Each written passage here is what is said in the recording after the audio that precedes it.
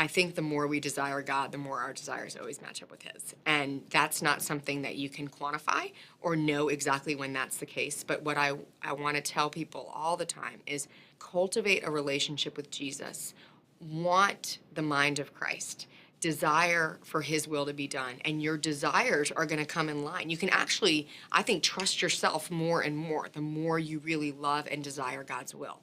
What does that look like? It's an intangible that's hard to put your finger on, but sometimes it's good to look back at your life like, okay, 5 years ago, what was I like? And for me, I just sometimes I'm like, thank you, God, that I feel more flexible to your will than I did 5 years ago. That actually means I can trust my desires more now than I could 5 years ago because I'm more flexible in God's hands. Now, I have a long way to go. It's always, and there's plenty of times where I take a lot of steps back. But in general, the general pattern, hopefully in your life as you walk with Christ, is you're becoming more and more in tune and interested in what He has.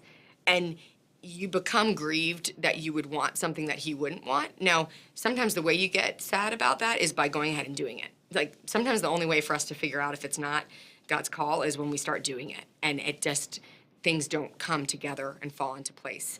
It's a very trite answer, but it's true. There is a peace that Christ gives when we're in His will. It may not be fun, it may not be easy, it may not be exactly what you hoped, but there's usually a peace that's there. If you are constantly asking God to clarify your life, to use you today, that you would be in His will, He will unsettle you when you're not in His will. Like, He loves you.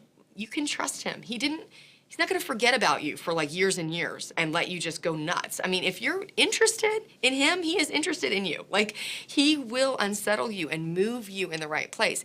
There's a lot of freedom and confidence that comes from knowing that God will put boundary lines in your life.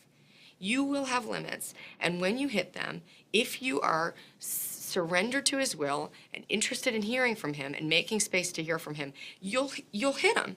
You'll hit Him, and he'll go ahead and make it clear. So there's freedom in that. Like, go for it. Walk forward. Do it.